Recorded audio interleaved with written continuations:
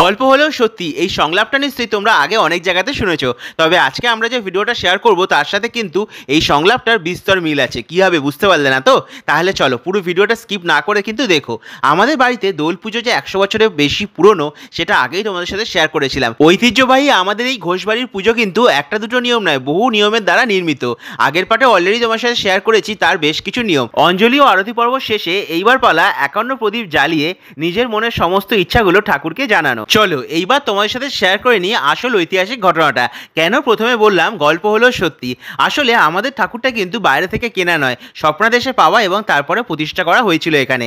আর দোলের দিনই কিন্তু একমাত্র দোলনায় টাঙানো হয়। তবে দোলনায় যে শুধু দোলানো হয় তা কিন্তু নয়, এই একটা দিনে মনের মতো করে সাজানো এবং ভোগ নিবেদনও করা হয়। এই যেমন ধরো পোলাও, 5 রকমের ভাজা, মালপোয়া, বিভিন্ন ধরনের তরকারি, পায়েস, চাটনি, আরও কত কি। আর অপরদিকে 101টা নৈবেদ্য, সিন্নি, ফল প্রসাদ এগুলো তো আছেই। আর ঢোকার সময় একটা সুন্দর আলপনা দেখলে না, সেটা কিন্তু দিয়েছিল তোমাদের বৌদি। এছাড়াও কিন্তু রাত্রিবেলা সবার জন্য প্রসাদ বিতরণের ব্যবস্থা থাকে। সেই ভিডিও নিয়ে আসছি পরের পার্টে, দেখতে হলে সাবস্ক্রাইব ফর মোর।